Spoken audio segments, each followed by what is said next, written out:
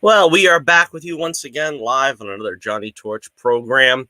Here we are, seated high atop the fair metropolis below in stately Torch Tower. The only way to spend your Saturday here with us on the Johnnie Torch Live program. Coming to you live for the first time in, has it been 3 weeks now? I think so. Last week we did the Black Widow review, and be sure to catch that if you haven't already, and I don't think many people have. But, yeah, we did it as a recorded broadcast last week because it's just too difficult to try to do a live show and a review because I got too much I'm trying to remember, and I have only minor notes, but I try to make sure that I get the flow going properly, and I don't want to answer questions from the chat and stuff. And if I don't answer them, they get upset, so I had to do it as a recorded broadcast last week, so technically was in the studio last week, but it's a live broadcast today, another hot summer afternoon on a Saturday here, and well, it's kind of breezy out. It's actually kind of nice outside, but inside here it's very hot and stuffy in the palatial broadcast studio here on top of stately Torch Tower, but I dare not open the window lest you hear that I live in a demilitarized zone.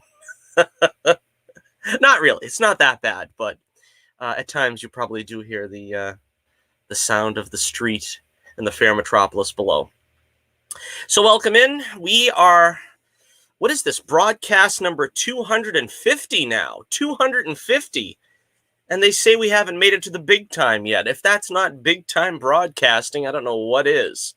Torch News Roundup number 206. We've got a lot to bring you. I hope it's not considered old news because this is, of course, some stuff that's happened in the past weeks that we haven't been broadcasting, taking some time off. I wanted to do some live appearances, still haven't been able to. It looks like the Johnnie Torch 2021 New England Comic-Con Here Goes Nothing tour is going to begin and end at Granite Con. Unfortunately, it looks like that's the way it's going to be. I don't really see too many other opportunities open to me. Frankly, it's because of the, shall we say, situation going on. The global situation has left many a con manager or whatever you call those types reluctant and hesitant to sort of pull the trigger on their shows, and the ones that have, they're burdening people with just the overabundance of restrictions. I really don't want to have part in those, so I haven't applied to any.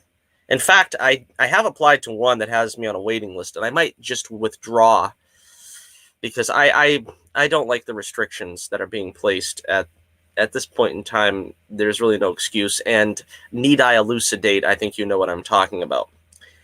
All right, so before we begin, and the beverage of choice today is Dr. Pepper, and it feels like it's made like my mouth feel like I've got molasses in my mouth for some reason. So I'm going to have a sip of water, and I'm going to change my beverage of the day to H2O like I usually do because it'll make it a lot easier on me. There we go. Please, please, please take an opportunity to like, share, and subscribe if you haven't already. Our subs are still rising, and it makes me very happy to know we have so many new viewers and hopefully participants in the show. Be sure you leave a comment below if you haven't already, and I'll be happy to read it on a subsequent live stream.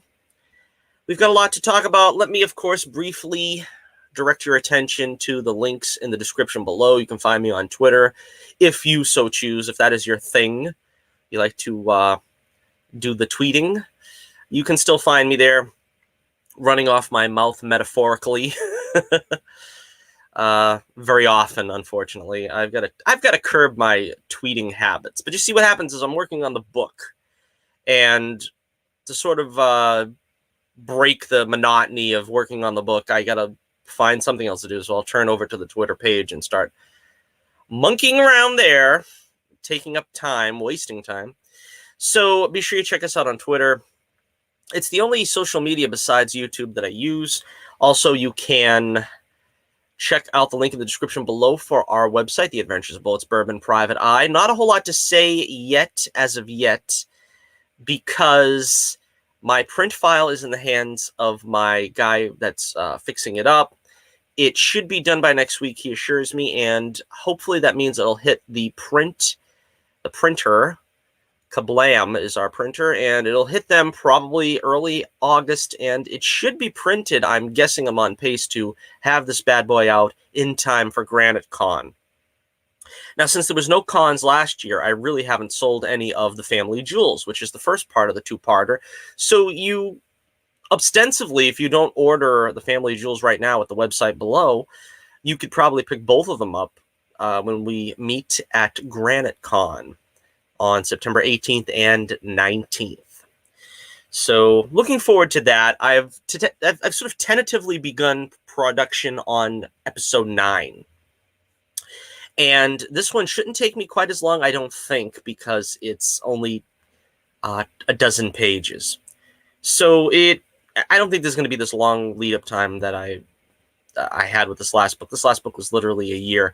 The only thing that bothers me is that when I have these things printed up at Staples so that I can have them scanned into the computer, it's very hatcheted, and I have to end up ostensibly re-inking the entire issue, and that's such a headache. I don't really know how to fix that up. So if you're a cartoonist that has found a way to conquer that problem, unfortunately with me, it seems like I look for advice and I don't get it. And when I do get it, I can't figure out how to implement it for like 3 books.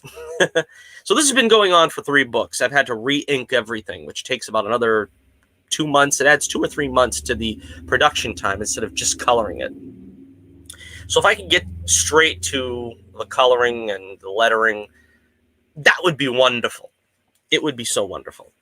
But unfortunately, as it is right now, I'm probably going to have to be doing some inking on this. I've got 2 pages done inking, digitally inking, and again, with 12 pages, it's 10 pages to go. I probably can get it done in a month, but, you know, it's depends on what my schedule is, my work schedule, how much time I can devote to the book every day.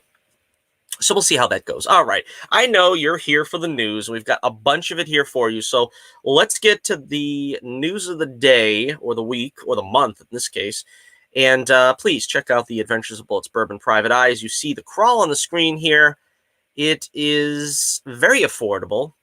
I gives you the best deal for your money.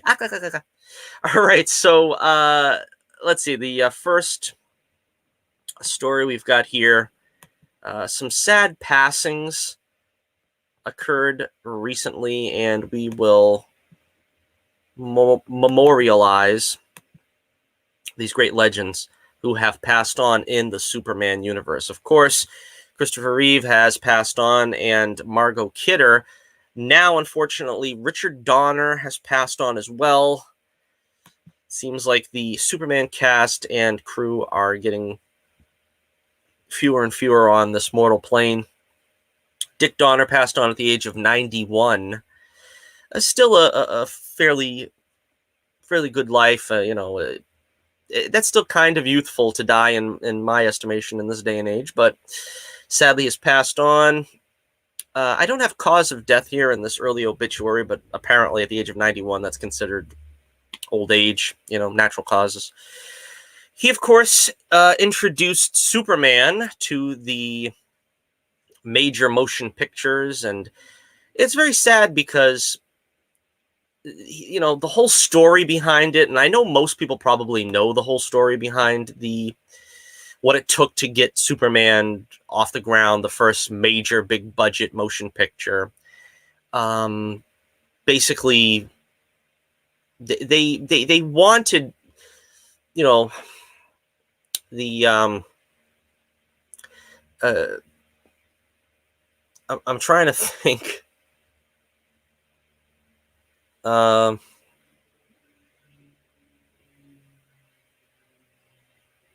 Salkinds. The Salkinds basically were going to have a sort of comical version, sort of as evidenced by Superman 3. And fortunately, Richard Donner got the call and was ultimately chosen. And there's some contentious stories about the relationship between the two.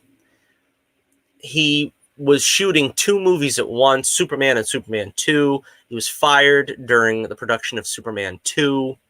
Never got a chance to finish it. Richard Lester was brought in, who, of course, as I said, the aforementioned Superman 3 was completely under his auspices. And between the also sadly passed Tom Mankiewicz and Richard Donner, they brought the true essence of the Man of Steel and what comics are and could be in live action to the big screen. Richard Donner coined the term verisimilitude, which is basically making the fantasy, the fantastical, as reality-based as possible, treating it as it would occur in the real world should these characters and types of situations really exist. And it paid off in spades, of course, for the film being groundbreaking, and even to this day is always on most people's top 10 lists, usually at the very top, as is in the case of me. But I tend to favor Superman 2, but I think of them as 2 movies that are basically one story. It's tough for me to separate Superman 1 and 2. Of course, the question is Superman 2 better in Donner's version or the Lester version? I still contend that there's a version in between. There was a version from the ABC movie of the week that they did back in the day that really encompassed the best elements of both. Of course, Donner reassembled the film. Thankfully, he had that chance using archival footage, screen tests and so forth. And unfortunately, it doesn't have the polish of if they had a chance to really, take the time and reshoot some of the scenes and so on and so forth. But it's quality. It's quality what he would have done with Superman 2. Of course, they would have probably had to change the ending because they already used the turning back time ending in Superman 1. So it's always going to be a question as to how he would have pulled it off. Unless, of course, they had to use that turning back time gimmick again. I don't think audiences would have been too responsive. But I think the Brando scenes, of course, were second to none. I think they needed to be in the cut. But honestly, I think, the memory erasing kiss, very romantic style of Lester, and to his credit, in his version of Superman 2, I think that worked better. I think the way Clark betrays his secret to Lois is better handled in the Lester version. Those things I think probably, in fairness, Lester gets points. But again, this is something that the ball got rolling from Richard Donner. And Richard Donner, of course, was not solely known for the Superman films. In fact, he's probably one of my, I'd probably say, top 5 favorite directors. He has a great catalog of films here. See, The Goonies, a classic, the Lethal Weapon series, The Omen, I think was his first film, or the first notable film anyway. Lady Hawk, which I haven't seen since I was a kid, but I thought that was a great film. When I was a kid, I seen it, and haven't seen it since then. I got to seek it out and try to see it again. That was a great cast. Rutger Hauer, a very young Michelle Pfeiffer. I think it was probably her second or third film. I think she did Grease 2 and Scarface first, but again, a very early appearance. And then, of course, Matthew Broderick in an early role for him as well. Maverick, the Mel Gibson film, a very underrated film. I thought that was a lot of fun. They brought back Richard Garner, of course. James Garner, excuse me. And it was a lot of fun, that one. He also produced the X-Men series for Fox with his wife, Laura Schuler Donner. So he didn't completely leave the superhero genre. Kind of sad that he never really directed another superhero film. There probably was some opportunities. I imagine he was still directing around the early 2000s where the X-Men films were being made and the boom of the early Marvel films. But again, there is not enough you can say about Dick Donner, about his contributions to not only the superhero genre, but film in general itself. Great director. He also, of course, directed Scrooged. That was another classic with Bill Murray. I mean, the list goes on and on. But again, I think we have the most to thank him for, us in the comic book genre, fans of the comic book genre. He got the ball rolling, and without him, it probably would have been a longer road to hoe. If Superman was directed by anybody else, it probably wouldn't have been as successful, and would quite probably have led to a longer wait time in between superhero franchises. As it is, Batman didn't come out for 10 years with the Tim Burton Batman, and then we had like another 10 years after that until X-Men came out. That was the plight of superhero cinema back in those days, for those of you youngins who don't know. I want to wrap it up, though, by telling you a favorite story of mine from Richard Donner and Superman. They cast Gene Hackman, of course, as Lex Luthor. Still my favorite Lex Luthor of all time in live action. And Hackman was hesitant to shave his head or shave his mustache. So sort of a compromise was made that he would wear different wigs throughout the film, as long as he would wear the bald cap at the end when he goes to jail. And of course, that was all right. He agreed to that, and that kept up. See, back in those days, there was that sense of, we need to really legitimize what's going on. We can't have Lex Luthor with hair. We have to show at some point that he had no hair. So again, with the character of Luthor being pretty vain, and especially in that case, baldness wasn't really in. Some compromise was made a little bit there at that point. But Hackman was still hesitant to shave his mustache, and so Donner had a mustache at that point, said, if you shave your mustache, I'll shave mine. Hackman agreed. Hackman went to the studio barber or whatever, shaved his mustache, went back to Donner and said, well, I shaved my mustache, your turn. And to which Dick Donner basically just peeled off a fake mustache, and and Hackman took it well, according to all reports. And again, it was just a sort of the free-spirited nature of Donner.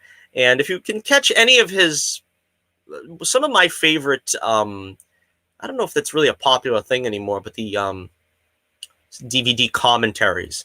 His DVD commentaries with Tommy Mankiewicz, really great stuff. There isn't many that you really kind of want to sit through. If you can get an interview or sit through the commentaries with Richard Donner, do it, because he's really entertaining. He's a real entertaining person to listen to. So once again, Richard Donner, thank you for your contributions to the live-action superhero genre. And what you did, man, it was a gift. It was a blessing to us all. Godspeed, my friend. So unfortunately, also, we have the passing of, let's see, Ned Beatty as Otis, which I don't believe he had a last name in these films. We had Miss Tessmacher, we had Lex Luthor, but we didn't have a last name for Otis. He didn't need one. But the self-proclaimed founder of Otisburg, and, a very accomplished actor, of course. To me, I cannot see him as anybody but Otis. When I watch him in any other film, and he's done some very good films, I can't help but be drawn to him saying, Mr. Luthor, Mr. Luthor, and imagining him as Otis. He passed on at the age of 83. His manager, Deborah Miller, said he died of natural causes in his home in Los Angeles, surrounded by friends and loved ones. He was known for films such as Superman, Network, and All the President's Men.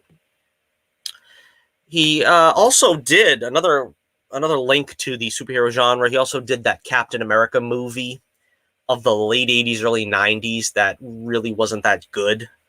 He was, I think, the childhood friend of Captain America who had grown up to become sort of the Secretary of State or something for the president. I don't know. But again, he brought something to Otis, the character of Otis, that I don't think any other actor really could have.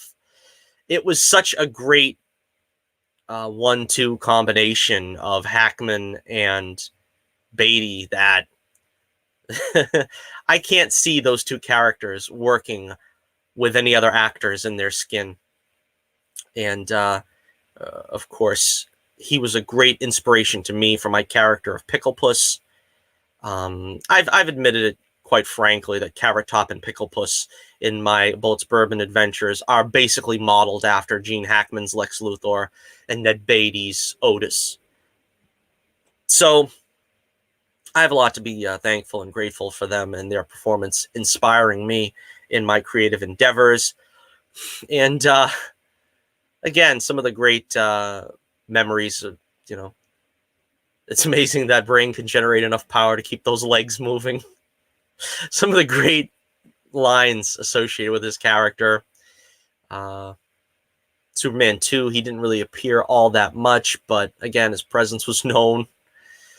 So again, a great actor, Ned Beatty, passing on at the age of 83. Godspeed. So, with that sad business out of the way, we will continue on now with some of the news. Let's take a look and see what's up. First up, we got some news about the quote-unquote Black Superman movie. This is a movie that is allegedly going to be for HBO Max. Let's see. Let's see. I think it's Collider I got this from. Let's see. Sources have reached out to clarify that Michael B. Jordan's Black Superman project is about Val Zod.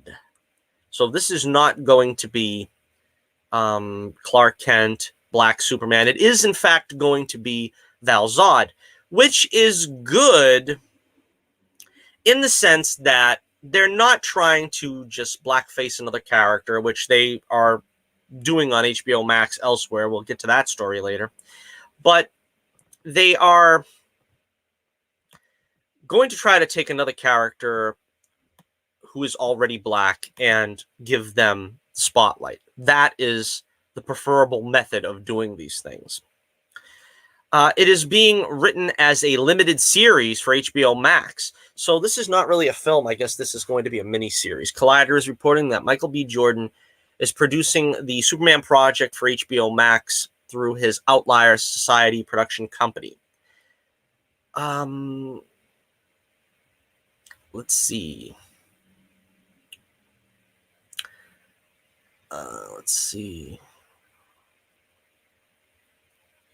Oh, okay. So this is two separate things, apparently.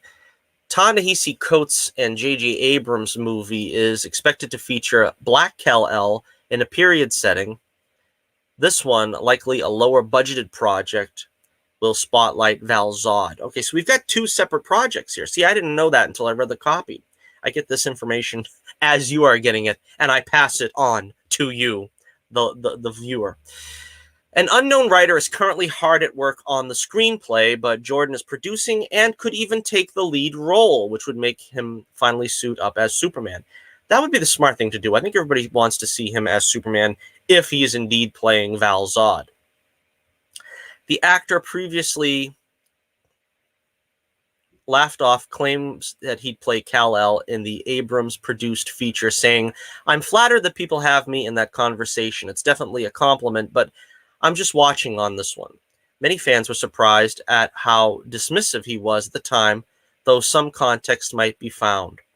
In a recent piece from Black Girl Nerds, Jamie Brodnick's sources revealed that Jordan has not wanted to engage in conversation about race-bending Kal-El for the same reasons many of the fans are pushing back on the current Warner Brothers reimagined version of Clark Kent, but that he would be interested in engaging on a Black Superman project centering on the Val-Zod storyline. Her belief is that it's tone deaf of Warner Brothers and DC to race-bend a white character and erase black characters that already exist in the DC universe under the Superman banner, such as Calvin Ellis and Val-Zod. Well, it's about time that people are getting with the program and realizing how lazy, stupid, and morally bankrupt it is to basically just keep taking these characters that have been around for nearly a century at this point and just continually slapping black actors in the roles and saying, hey, this is your new Superman, this is your new Batgirl, this is your new whatever. At least take an existing character, because there are many minority characters that aren't getting their due. Take an existing minority character and give them the spotlight. No one is against that. In fact, many of us would applaud that very strongly. Let's see. It's hard to argue with that, as for Val-Zod, his story is both different and similar to Clark Kent's. Through his arrival on Earth, saw him found by a man named Terry Sloan, who offered him asylum in an attempt to protect him from the outside world. Eventually, he learned to master his powers and become Earth 2's Superman. There is no word yet on a release date. So, again, yes, I can't complain if you want to do a different Earth Superman and have it be a black Superman on a different Earth. That's fine. I personally am not that interested. I mean, I don't begrudge such a project from ever seeing the light of day. But, I mean, is this something that I will pass on? Probably. I mean, I don't have HBO Max, so I don't see myself getting it solely for this show. I mean, if they offer something that I'm interested in, maybe I'll check it out, but at least we're starting to move away now, if we're, at least in Michael B. Jordan's project, from simply black-facing a character and passing it off as this is the new version of Kal-El Superman. So let me know what you think in the comments below. Are you interested in the Ta-Nehisi Coates, J.J. Abrams black-faced Kal-El, or are you more interested in the Michael B. Jordan Val-Zod Superman miniseries? Are you not interested in either? Let me know in the comments below, and we will discuss. All right, next up. Yes, the race changers are at it again. They done it again. And this time, in a move that will surprise absolutely no one, they've gone after another beloved ginger, Batgirl. Barbara Gordon, Batgirl. Earlier in the week, we heard that Warner Brothers had been testing for the lead role of Barbara Gordon in the HBO Max Batgirl movie, with Isabella Merced, Zoe Deutch, Leslie Grace, and Haley Lou Richardson said to have read for the part. Now, The Hollywood Reporter is reporting that Leslie Grace has officially landed the gig. Yes, of the four actresses, the one who looks the least like Barbara Gordon gets the role. And of course, in 2021, this should surprise absolutely no one. Now, again, a lot of people are just so numb to this. There really isn't as much outrage as you would expect. This kind of went by in the news with just the blip from The Usual Suspects. I think even Young Ripa basically just said, it's just like commonplace now. You really don't have the outrage for it anymore, because they've done this with basically every redheaded character. The actress, I believe, is half Dominican, half Latino. So, again, they're trying to go for the most ethnic actress they can for this part, instead of trying to get a white actress with actual red hair, or at least one that could be using hair product to make them redhead. I mean, that's always a possibility, but you still have so many great actresses that could do this role. You've got Karen Gillan, who is one of my favorites for the role. You've got Jane Levy, another great actress that could do the role. And then, of course, some of these actresses here, I'm not familiar with them, but some of the pictures, which I don't have in front of me right now, they do look reasonably like the traditional interpretation of Barbara Gordon in the comics. Let me finish reading the copy and we'll talk about this.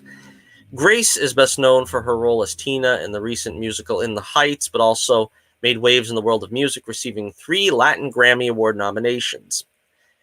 Bad Boys for Life directors Adil El Arbi and Billa Fala are set to helm the DC Comics adaptation. Christina Hodson, who wrote Bumblebee and also worked on Birds of Prey and The Flash, penned most of the most recent draft of the script. Avengers director Joss Whedon was attached to Batgirl originally, but parted ways back in 2018. Plot details are still under wraps, but Batgirl is expected to feature Barbara's father, Jim Gordon, and there's speculation that Firefly might be the villain.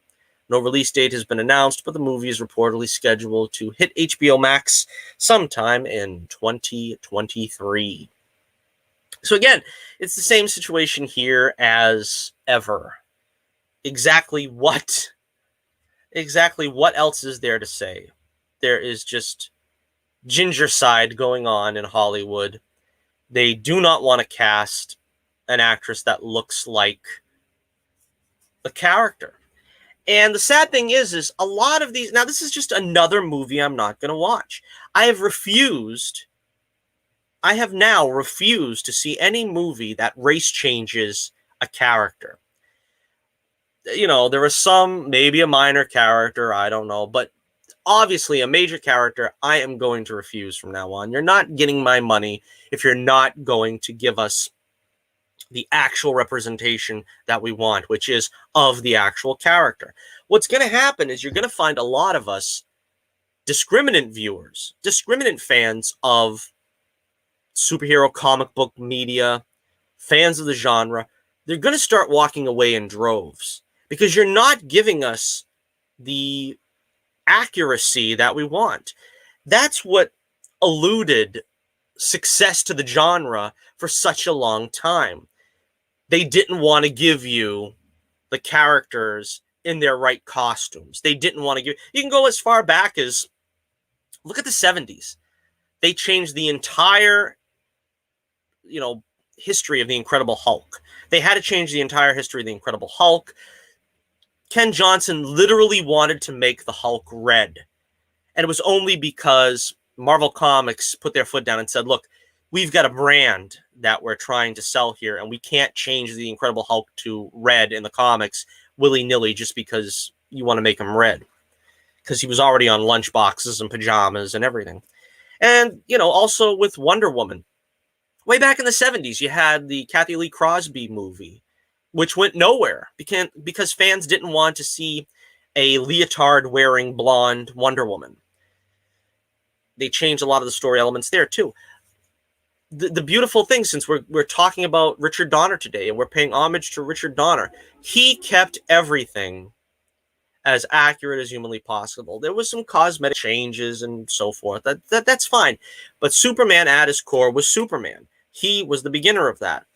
Then, as time went by, you still couldn't get directors and producers in line. I mean, you look at some of the other stuff that came out in the late 80s and the 90s, the Hulk reunion movies.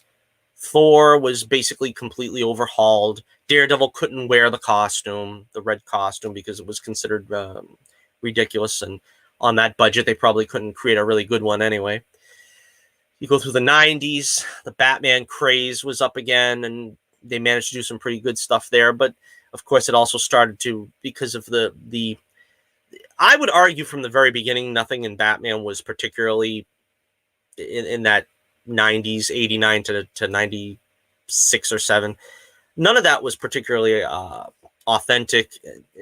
That's why it kept going through these phases, and they had to keep changing things around.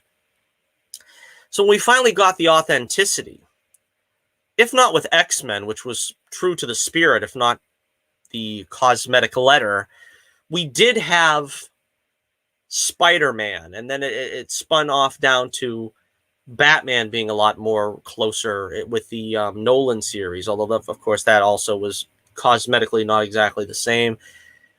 The MCU, they basically made a promise to the fans that they were going to stay true to the characters. They were going to stay true to the costumes. They were going to be as accurate and authentic as possible. All of that is going out the window now. And what you're going to have happen is a lot of, because everybody's always saying, when is the comic book genre on film going to hit the wall? People are going to be oversaturated. People are not going to be interested anymore. That's never going to happen. This really could be an enduring genre for all time if they just use common sense. Give the fans what they want, what they expect, and don't start playing fancy with the casting and the storylines. What is going to happen is that the discriminant fan is going to walk away from the genre if that's all we have is D-list characters like what Marvel has now, because they refuse to recast the characters. They refuse to recast the actors. They're going to have a very limited number of characters that are going to appeal to people going forward.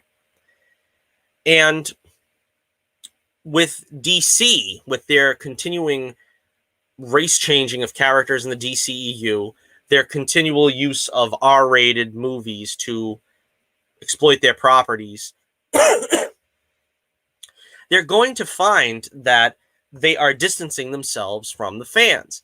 The discriminant fan is not going to want to go see a racially changed Batgirl, particularly of Barbara Gordon. And when people are going to stop watching these things, there's not going to be any more money being made by these people, and they're not going to understand, they're purposefully not going to understand why they're failing. What they're going to consider is that the genre is tapped out. They're going to say, we don't have the interest in the genre anymore. It's all played out. Nobody wants to see Batgirl. Nobody cares about Batgirl. Nobody cares about whatever, Supergirl, The Flash. Nobody wants to see these things anymore, so they put them on the shelf for another 10, 20 years. That's what we're facing because they are trying to appeal to woke ideologues over the tried and true fans, the dedicated true blue fans that will go and support these films, that will support these TV shows. Now, you're always going to have lemmings. You're going to have a bunch of fans that are going to watch anything, anywhere, anyway, no matter what, because it says Batman, because it says Superman, because it says Spider-Man. But the fact is, there is more discriminant fans who's going to say, I don't want the version you're giving me. This is not the Batgirl I remember from the comics. This is not the Supergirl I remember from the comics. And because you're trying to push some woke ideology that'll make 12 internet weirdos happy so that you can go on Twitter after you make the announcement and see the same 12 people say, we won! Let's go! If that makes you happy, that's fine. It's not going to affect your bank account. Because eventually, enough people are going to be fed up with this. At first, there's a lot of, well, maybe this one I'll give a pass because I didn't care that much anyway, and this and that.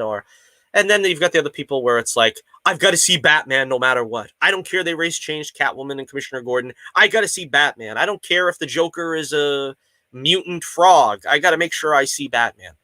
Well, eventually these things are going to die out because you just can't get the support from the fan base if you're going to continually change the representation of the characters for your SJW ideologue ideas of representation. Not every show or movie needs to be cast with a bridge of the Starship Enterprise. I've said this many times. You have like 72% white population in America. That's just the way it is. Those are facts. So if you're going to try to push this, well, looking out my window and I can see all the different types of people. that's fine, but you cannot force diversity just to try to do this false impression of what you think you see out your window. The fact remains, the reason why there is so many white superheroes and you want to focus on the white superheroes and make them various other races is because the majority of people in the US are white, and so the majority of creators were white. That started the ball rolling here with the comic book genre. You can't retroactively go back now and say, well, back in 1950, if we had a little more diversity, we would have a Latino Supergirl and we'd have a Latino Batgirl, and that's not the way it works. These characters are already established, and you can't just go monkeying around with them decades after the fact, wishing that they were created in these diverse, different selections. So again, this is again troubling, and I feel like I go through this every couple of weeks. People, I'm sure, are tired of hearing me say it. I'm tired of complaining about it. But again, with that last story about Michael B. Jordan saying he didn't want to play the sort of black-faced Kal-El, eventually, at some point, it's gonna be falling out of favor. I don't know when the woke storm is gonna pass, but at some point, minorities have to stand up and say, "Look, we're getting the sloppy seconds. You're basically just taking a character and saying, here, you can have this one." It's like I said before, it's like a kid with toys and saying, "Well, you can have this one. Do whatever you want with it. Paint it black, paint it brown, paint it whatever, and it's yours." You're not creating your own creator-owned black character, Latino character, Asian character. That's why I'll support the Black Panther movies. That's why I'll support Shang-Chi. That's why I'll support anything else. You make a Bronze Tiger movie, I'll support it. Those are minority characters that were created to be minority. And their whole surrounding cast is usually filled with minority characters. So why wouldn't I support that? But I am not going to support anymore a Batman film that just decides willy-nilly to change Catwoman and Commissioner Gordon's race because they want to appeal to 12 internet weirdos. I'm not supporting it anymore. This is the end. So again, it comes to a point you're going to have to decide. You're going to wait for the woke parade to pass by, and maybe things will start petering out when you get enough minorities realizing this and not wanting the sloppy seconds, or you're going to continue to support these things and keep getting what you keep getting because you keep supporting what you keep supporting. More could be said, but I guess that's it for now until the next race-changed character is revealed. All right, this is an interesting story. This is something a little more pleasant, I suppose. Recently revealed that She-Hulk has cast Josh Segura, I guess is how you pronounce his name, in Deadline has broken this news that She-Hulk has cast Josh Segura in an undisclosed role. Marvel Studios has not commented on the casting, and there is no intel on who he'll be playing. Segura is best known for his time in the CW series as Adrian Chase, Prometheus. He has plenty of acting credits to his name, including the upcoming second season of HBO Max's The Other Two. He's previously appeared in Orange is the New Black, Katie Keene, and Trainwreck. Segura has joined a cast that includes Tatiana Maslany as Jennifer Walters / She-Hulk, Renee Elise Goldsberry, Ginger Gonzaga, Jamil, Tim Roth, and Avengers Endgame star Mark Ruffalo. She-Hulk is billed as a legal comedy that will follow the title character as she defends those with superhuman powers in court. Rumor has it the hero will break the fourth wall, where there have also been rumblings Charlie Cox will reprise his role as Matt Murdock Daredevil. I think that everybody is really, so uptight, thinking that Charlie Cox is going to show up here, there, and everywhere. He's going to show up in Multiverse of Madness. He's going to show up in Spider-Man Far From Home. He's going to show up in WandaVision. I don't know. They think he's going to show up everywhere. I mean, honestly, I want to see him show up. I thought he was cool, even though I didn't like the Daredevil series on Netflix. I thought he was a good actor. I mean, he could very easily be soft rebooted into the MCU proper. But honestly, I mean, there is literally no solid news that he's going to show up in any of these things. So, I mean, whenever I read that, I kind of feel like, again, really? You're going to say that? Yeah, he's going to show up again. Yeah, all right. Let's see. None of this is confirmed, of course. The series isn't expected to premiere until well into 2022, so we may not even get a first look until early next year. Cameras are currently rolling, but as of yet, there are no set photos. So who do you suppose Josh Segarra is playing in this film, in this miniseries, whatever it is? I gotta say, I really enjoyed him as Prometheus. I thought he was one of the better Arrow villains. Arrow pretty much did have good villains, though. They were known for having pretty good villains. I mean, you know, the John Barrowman was great. He was the first one, really, and he was great. I think they kept him past his due date, though. I think they kept him a little longer than they should have, but he was great all along. Damien Dark was introduced there. He was a lot of fun, of course. Ra's al Ghul, I could take or leave. He was all right. Prometheus was great. I thought he was really good. Yeah, so let us know what you think in the comments below. Who do you think he's playing? Do you think this is going to be a good show, or do you think this is going to be another train wreck? I don't know. I am this close to ordering Disney Plus now that the shows are all going off the air. That's something else I got to do. I got to talk about the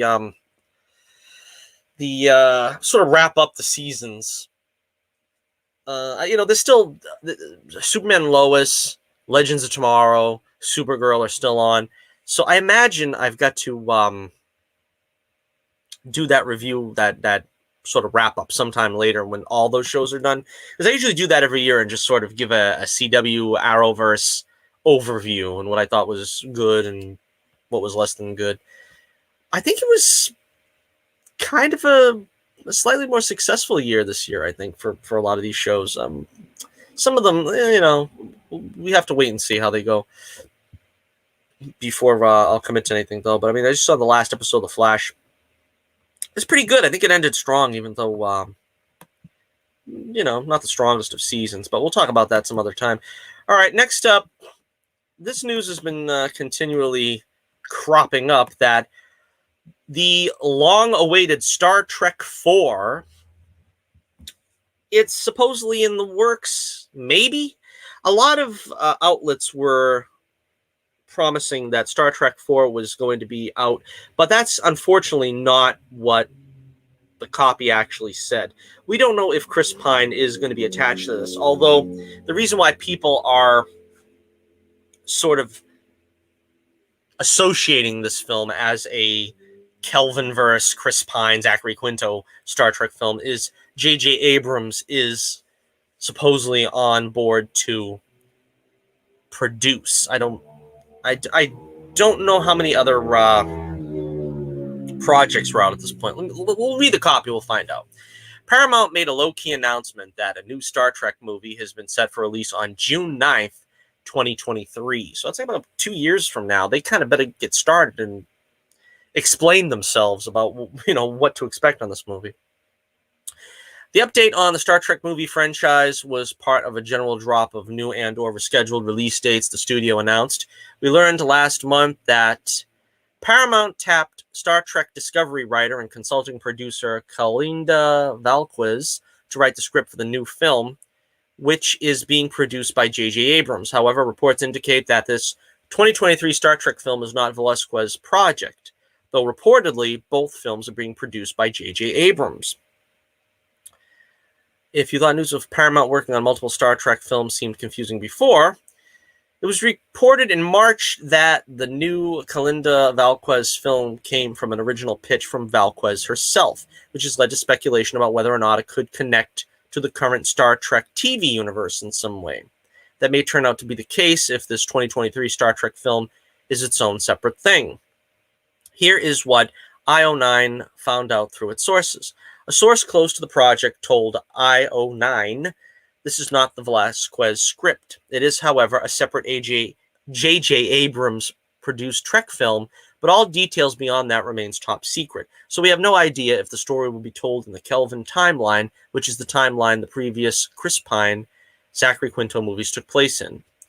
Has something to do with the new shows, or what? Not very good grammar, but basically what they're saying is, we don't know. So this, of course, has nothing to do with the Noah Hawley version of Star Trek that he apparently was going to produce, that they gave the green light for, and the, what is it, Quentin Tarantino film of Star Trek that gets brought up from time to time. So, again, nobody really knows what's going on here. This may or may not have anything to do with the Chris Pine verse, as I like to call it. I hope it is, because that, as flawed as it is, I can kind of take those films. I think they've been pretty good. I mean, not great, but I think there have been improvements made. I think the first film wasn't great. The second film did better, and the third film at least felt like the original series the most. I mean, it wasn't, again, the problem is they don't put the effort into making it match up. When I seen the first one, Star Trek 09, I guess it was, the idea was, oh, this is going to meld in with the, it's a prequel, in other words. It's going to meld in with the continuity. No, not really. We went off into another timeline, and Captain Kirk can act different and be more cartoony, which, when you're comparing that to William Shatner, is saying something. We love you, Shatner. William Shatner, 90 years old, God bless him. He's a national treasure. You know what I mean? It's going to be a sad day when the captain vacates the captain's chair. I'll put it that way. But anyway, what do you think about this? Are you interested in another Star Trek movie? Do you hope it is another one of the Kelvin verse? I'm pretty sure this is not going to be, or they would have touted it that way, unless, of course, contracts haven't been signed and so on and so forth, and they can't say, because Abrams is behind it, but he is producing it, so it is possible. But last we heard, Chris Pines is not going to return unless he's paid his pay or play contract. Something about that was up, that he refused to take a pay cut, and he wanted the sort of the higher price that was agreed upon. Chris Hemsworth was supposed to be in that one, and he also backed out. So they basically do have a film they could make anyway, if they would just pay their actors what they agreed to. Unless, of course, they decide to change their minds and take a lot less. I think Pine and Hemsworth's careers are such that they don't have to worry about acquiescing to a pay cut. So there's that. Okay, let me know what you think in the comments below. We've got our final segment here. We're going to talk about the day the 80s died. Yes, this is a sad bit of news, although I think most of us could see it coming.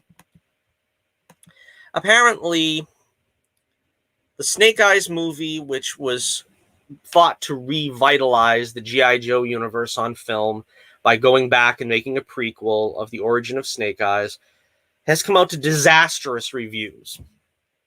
And this was kind of expected, because they went back and pretty much changed everything about the character. Now, I love G.I. Joe. It's one of my favorite 80s properties. Probably second to He-Man, which we're going to talk about in just a moment. I was never a big Transformers guy. That would come in third in my estimation. But G.I. Joe was up there. I always loved G.I. Joe, and I wasn't really a hater of Rise of Cobra. It wasn't a masterpiece. They could have done better with it, of course, but it did feel largely in the G.I. Joe universe. They had the origin of Snake Eyes there, albeit a brief one, where he's a kid and gets brought up in the monastery and so forth. But they decided that's not good enough in 2021. They had to make things right by having an Asian Snake Eyes, by race-changing Snake Eyes, who was some nondescript blonde guy. I don't think his name has ever been revealed. I'm not sure. I had a lot of the early G.I. Joe comics back in the run. Unfortunately, I don't know what happened to most of them, but I probably should try to see if I can find some reprints, because they really captivated my imagination back. I always say I stood with G.I. Joe longer than most other franchises as a kid. I mean, He-Man sort of petered out. Transformers I was never deeply into Thundercats, but G.I. Joe lasted like pretty much into my teens. I really followed the show. I think the cartoon was probably over by the time I got into my teens, but the comics and so forth. So I always loved G.I. Joe.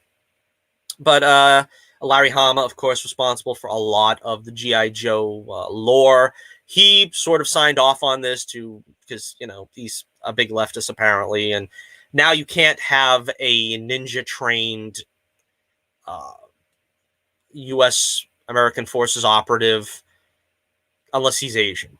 That's kind of what we learned from the Iron Fist TV show. There was this huge backlash. Why couldn't he be cast as an Asian man? He's a master of martial arts and this and that. Isn't that kind of insulting when you got these like blue-haired SJW ideologues complaining that we cast a blonde guy to play a blonde guy in the comics? That's the reason why Danny Rand is not going to be touched again in live action for another 20 years. Because you got these weirdos who are like, if you're going to have a martial artist, shouldn't he be Asian? I mean, again, isn't that the height of racism? I mean, why don't you just say, unless he does the laundry, you can't have a guy play the laundry man unless he's Asian? That's kind of what it's coming off as, I'm sorry to say. But anyway, I digress. The film has gotten just terrible reviews. This is one from El Mambre. How do you pronounce that guy's name? El Mambre? Anyway, he says it's an unmitigated disaster, a total and utter disregard for the character's history, legacy, and canon. As a true fan and collector of the IP for 40 years, this movie broke my heart. What made Snake Eyes cool and mysterious is not in this film. Another Paramount dumpster fire. That's from El Mambre. How do you pronounce his name? I don't know. I put on my Twitter page John Campia's brief review when he came out of the theater, and he said they made Snake Eyes a bleep in this film. He's completely unlikable. So again, it looks like, and the problem is I wish that the powers that be would have the right. Again, this is like I said with what's going to happen with the superhero genre. I wish the studio would get the right message from what's going on here. They would say, gee, I guess we shouldn't have messed with the lore of the character, not try to change his origin, not try to race change the character. Maybe we should have stuck to the script, the original canon. But no, they're going to say, we tried G.I. Joe 3 times, and it's failed every time. It's gotten worse and worse reaction. So let's put the property away and not bring it out for another dozen years or so. G.I. Joe has a wealth of great stories they could tell, great characters, great interactions between the characters. Unfortunately, they never really got to delve too deeply into that world. Like I said, Rise of Cobra I think it was passable. You could have done more with that and built on that framework. I think G.I. Joe Retaliation, it was basically G.I. Joe Light. They basically wanted to take whatever characters they didn't use, the popular characters they didn't use in Rise of Cobra, and they said, let's make a rock vehicle. And it was all right. It was fine. I didn't dislike it, really, but it felt like it was limited. It felt like you're not getting the budget of a Rise of Cobra because you didn't perform well enough in Rise of Cobra for it, so you're going to have to make do with, about 15 million less. And they said, all right, let's spend most of the money on the rock and let's just tell sort of a story with a skeleton crew of Joes. So, again, does this signal a mortal blow to the G.I. Joe franchise in live action? I think there is some rumblings that there's a Lady J series going to be on Amazon Prime, I believe. They are working on something like that. Maybe they'll have better luck there. Again, disappointing and not totally unexpected. I am not going to see this film in theaters. I imagine I'll see it at some point. and maybe I'll talk about it then. But from what I heard about it, it does seem a very disastrous attempt at changing the G.I. Joe Snake Eyes lore. All right, so we'll move on here to our final story of the day. Our old buddy Kevin Smith has been our old buddy Kevin Smith has been taking it on the chin lately because of He-Man Revelations, Masters of the Universe Revelations, I suppose it's called. Not doing too well. And it's gotten a lot of people up in arms. I have not watched it. I probably will see it at some point. I know, because I got to get Netflix. I got to get Netflix again once season 4 of Cobra Kai comes out. You know that. You know that, don't you? So when I get that, I imagine I'm going to watch a couple episodes to see what it's like. I am not going to try to rush to judgment here, but again, spoilers for the next probably 10 minutes or whatever we talk about this. But if you want to see it without learning any of the spoilers, I suppose you're going to have to turn off the show now. Thank you and good night. But fans are reacting very badly to what Kevin Smith, apparently, who has written this show, has done to the cast. Orko is supposedly killed off. Again, I'm not surprised. I've always said Orko is the Jar Jar Binks of the He-Man universe, and I loved him as a kid, and I know a lot of people probably didn't. And that they were going to try to kill him off just to show, oh, you know, somebody has to go down. You know, it's one of those things. Somebody has to go down at the Sarlacc pit because we can't have all our heroes survive. It's not weighty enough, and so on and so forth. And I knew they were going to pick on Orko. Also, He-Man is apparently killed not once but twice. And Teela takes over because you need a strong woman to run a show in a franchise these days.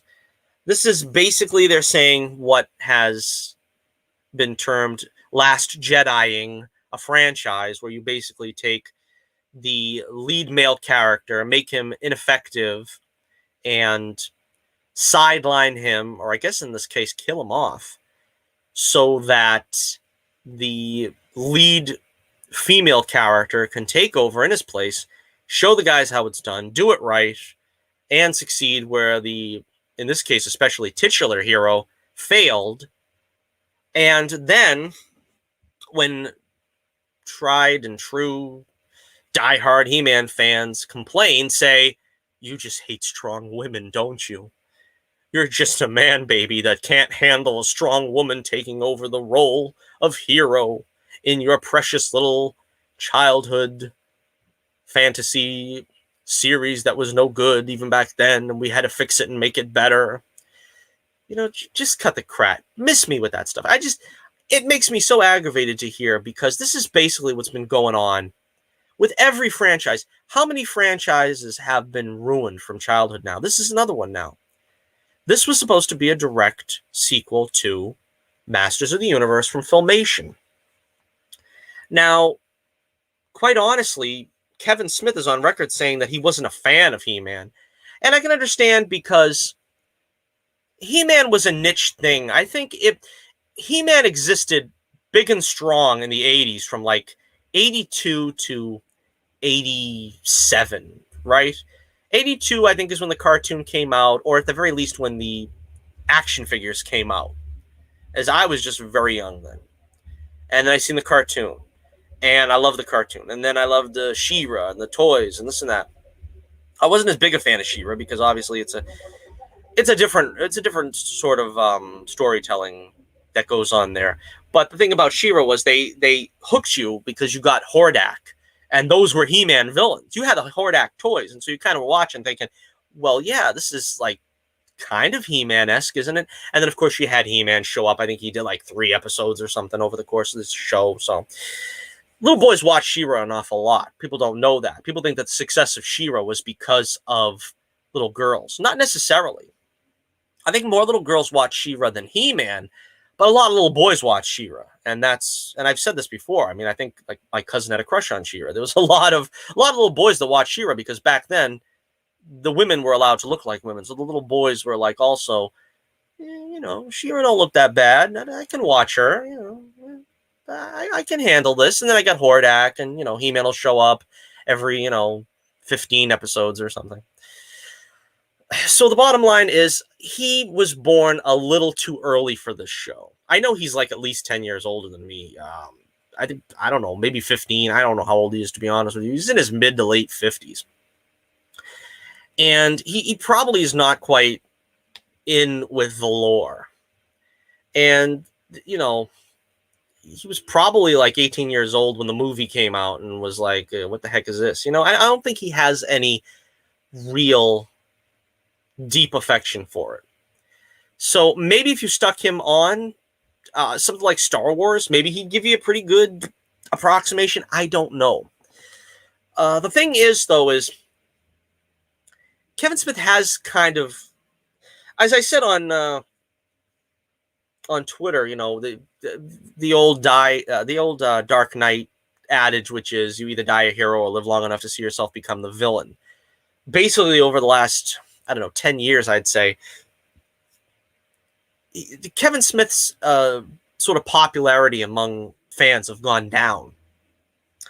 I like the guy himself. Like I said, I've always said he's fun to listen to if you listen to him on an interview or when he's doing like a live show or he's talking about, his interactions with, Prince and doing the Superman script that he tried to do. And, he's a lot of fun there. I never liked any of his movies. I've seen maybe one or two. Never liked it. That's just not my thing.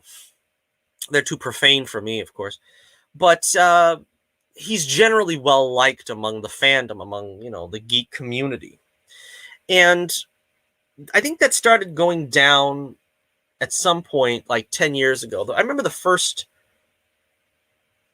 signs of it, I think, was when he did like this glowing review for The Dark Knight Rises, which is kind of an on-the-bubble film. A lot of people who are not diehard Nolanites kind of see it as, well, it's kind of a good attempt at doing the Bane story, but it could have been a lot better.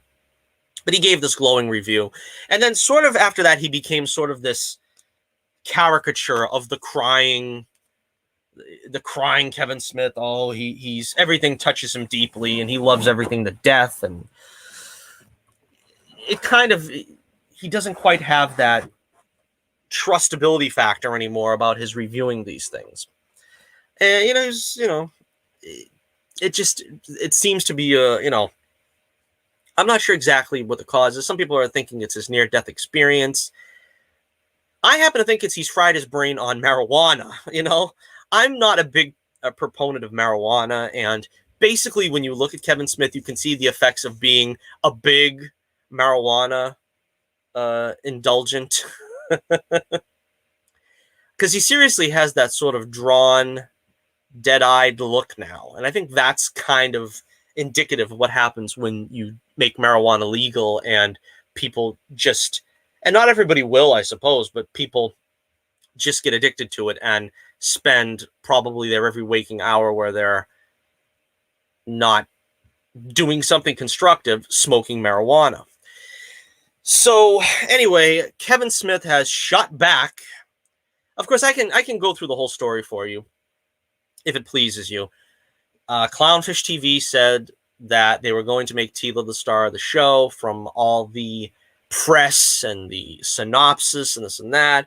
Kevin Smith fired back saying, you haven't seen the show, you don't know what you're talking about. And then the show drops, and the first half of the show is basically as advertised, all Teela, and it's very woke. And of course, we saw the images early on with the shaved head Teela, and she's got the black girlfriend, and it basically is just woke, unrepentantly woke looking. Now, I haven't seen the series, I don't know.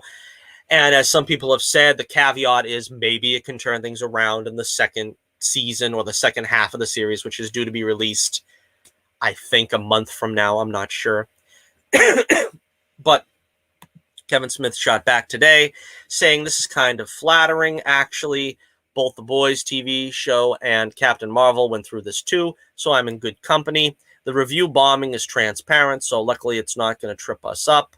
And then he went on to plug the Skeletor sneakers in whatever store was in, which is his right to do, of course, but I'm not going to plug them. So basically, they're trying to say that the show is being review bombed, that there's just angry, people trying to make this show fail because there's a strong women character as the lead.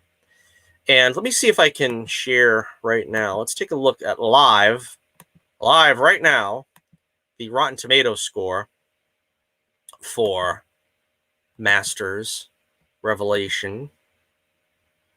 All right, apparently, at least as of now, it says 94 fresh with the reviews. The reviewers are loving the show, not surprisingly. 29%, a mere paltry 29% of fans, however, have responded well to Revelation. So that is a pretty bad score.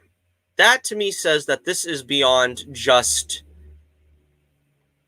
a group of angry fans trying to sink it.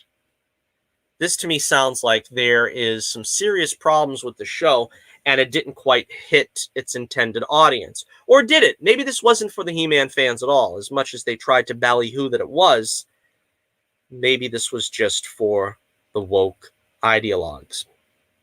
So again, very sad. I am a huge fan of Masters of the Universe. It's my favorite, probably my favorite 80s property, if you discount, other things like Indiana Jones and Star Wars, which I guess was created in the 70s. But He-Man was probably my favorite toy concept to come out of the 80s. And to see if it's going to go down in flames like this, probably deal a mortal blow. It's very sad. Of course, Mattel basically only pushes He-Man every 10 years or so when they think they can start marketing the toys again. And since Mattel has been putting out the He-Man action figures, very overpriced, $15 for an action figure. I mean, that's kind of expensive. I know they sell that kind of stuff from Marvel and stuff, but He-Man is not made the same way as like the Marvel toys where you have swap out heads and hands and accessories. Basically, you just got He-Man and a sword and maybe an axe or something. You know what I mean? It's like they gotta lower the prices on those, especially if they want to appeal to kids. If they want to appeal to the collector, it's one thing, but very overpriced.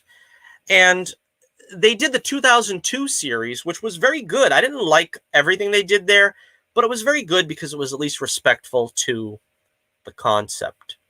Here, apparently, not so much.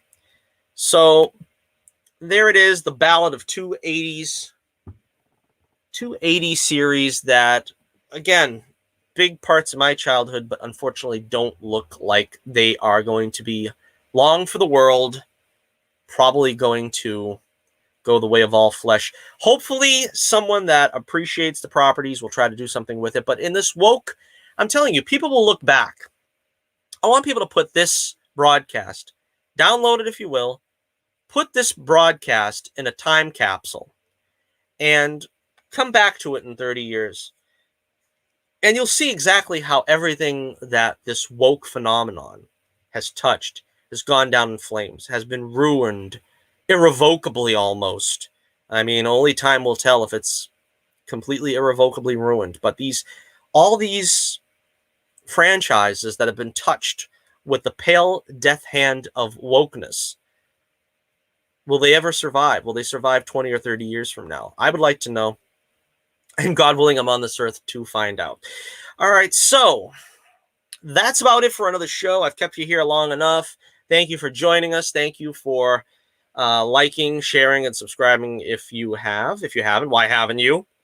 Make sure you check out the link in the description below for The Adventures of Bullets Bourbon Private Eye. Temptation Eyes, poised to hit the printer very soon, and we will let you know when it is available.